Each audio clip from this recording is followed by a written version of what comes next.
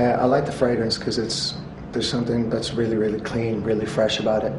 Something that's quite relaxing about the smell, but also kind of like it represents to me somebody who lives in a very, very energetic, very city-like world, who still has the ability to take moments for themselves where they can just enjoy the city they're in and enjoy who they are within that city.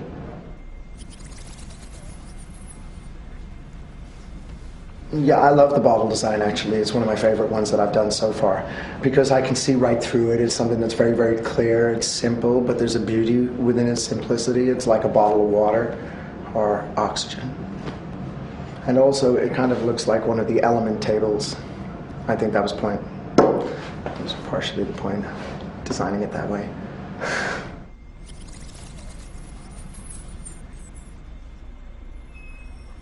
Well, you know, because of the job I do a job that requires a lot of movement to different places, becoming different people, shaping situations or shaping whatever personal fantasies you have into some sort of celluloid reality.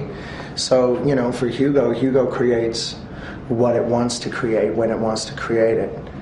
Regardless of how irreverent that may be to the situation, however nonconformist it may be to the situation. He molds the world as he sees it, so I do that myself.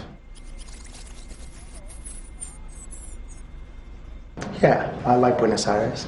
It was a beautiful place to be. It was great people, incredibly talented, very creative crew, wonderful photographer, a wonderful Swedish director directing the commercial. And you know, you make friends. And you know, had some nice friends, went to a nice dinner and shot a great commercial.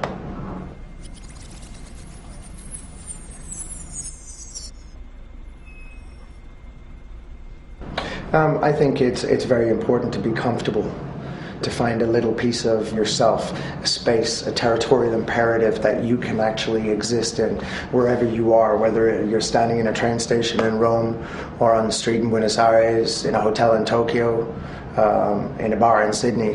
You can create this environment which says most about you as you want it to say.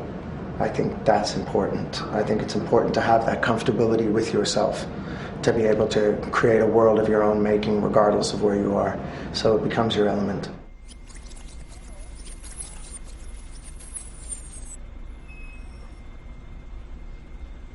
Yes. I think when people come to cities that have millions of inhabitants, they are confronted by many, many different ideas. And those ideas can be informative into their own ideas of what they had before they came to this city. So I think creativity can really, really blossom in a city because it's being fed by many other ideas, many other perspectives. And the different perspectives together can be combined to create something that's quite extraordinary.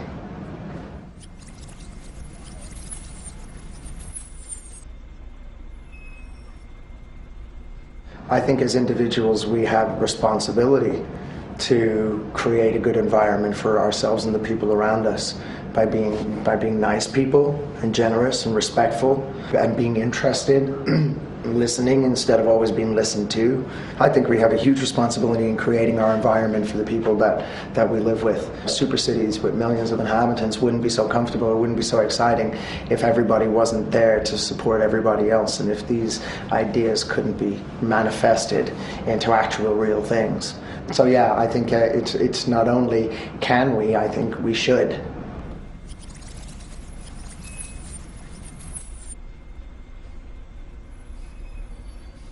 I walk around most cities that I go to when I'm not working. I see a different thing with most cities than a lot of people would see if they were going on a vacation, because I'm usually in places working. So I find myself in suburbs and car parks and really obscure little corners of these incredible cities because that's where we go to film.